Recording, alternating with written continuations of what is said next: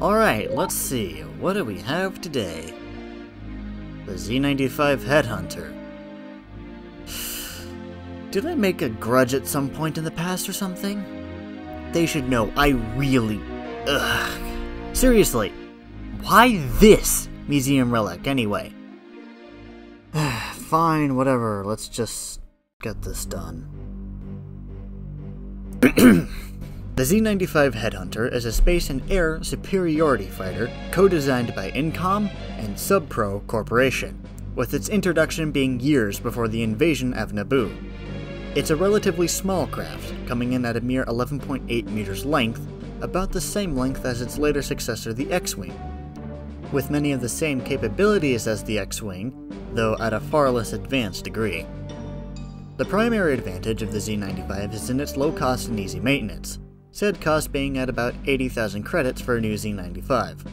While it may be cost advantageous to get a used X-Wing rather than a new Z-95, scarcity and lack of access to familiar commercial channels often dictates that fringe groups such as pirates and rebel cells must rely on the otherwise lesser craft. And if you think the used X-Wing is the lesser craft in the situation, I will look for you. I will find you, and I will stuff you in the cockpit of a Z-95 so you can find out for yourself. Back on track.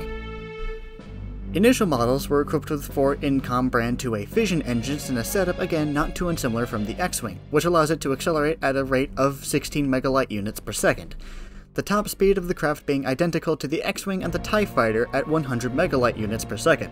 The maneuverability of the Z-95 is 86 DPF, making the fighter more agile than an X-Wing, but still not a match against the TIE Interceptor.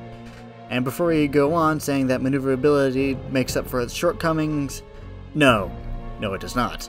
The computer aspects of the Z-95 are expectedly archaic, with the onboard sensors being the ANS-5C model by Fabritech, only found on the Z-95 according to databanks. Targeting information and computation is provided by an ANQ 2.4 tracking computer and an SI5G8 quick scan imaging system, both of which are Fabritech items and are found on the Z-95 and Z-95 alone. Navigation is handled by a ZR390 navicomputer system made by Narmox, though it should be mentioned this is only found on later variants of the Z-95 that actually necessitated the need of a navicomputer by the addition of a GBK435 hyperdrive, as initial models had no hyperdrives. The shields that protect the craft are, on standard models at least, Solon shields, rated at 20 SPD, which is pathetic in comparison to the X-Wing, which has a rating of 60 SPD. The hull resistance is equally minuscule at 14 RUs, with the X-Wing mentioned earlier having a rating of 20. Armament is better, although only slightly, with your most common weapon being the KX-5 laser cannons made by Taman Bach, the same type of cannons found on the Y-Wing. Older models, however, actually utilize linked triple blasters, which is like taking 3 rifles and strapping them together. No, seriously, that's their general principle and why they're called triple blasters. Secondary armament includes twin MG5 concussion missile launchers, and that's it. Also, as to be expected of a space superiority fighter, it has a crew of 1, that being the pilot, and a day's worth of provisions should said pilot get shot down and happen to land on a survivable planet without exploding into dust. Interestingly enough, however, the Z-95 can carry 85 kilos of cargo in what must be a very space-efficient cargo hold. Okay, that was the technical aspects of the Z-95 Headhunter. Now why do I hate this thing with a burning passion, you might ask? Well, this thing is obsolete, obviously. But it is so obsolete that flying it is literally a death sentence on any type of mission except escort missions where you get no enemy contact. 1 or 2 hits and your shields go down, that's how weak they are. Another 2 and your engines explode. Not only that, you don't have any standard mounted countermeasures to deal with concussion missiles or proton torpedoes.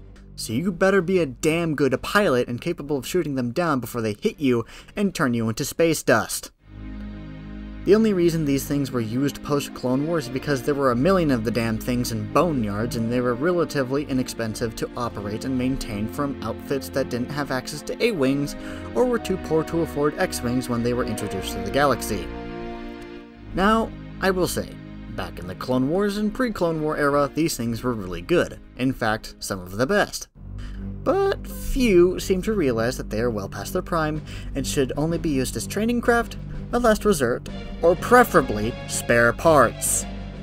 I still have nightmares about flying my old Z-95. You'd think I'd have gotten used to being a stray blast away from death all the time, but I never could quite get the hang of it. I'd say I'd miss the old days, except I don't. I beg any flight commanders that may be listening to do us all a favor and consign these things to the junk heap or the museum. Just keep these things out of our hangars.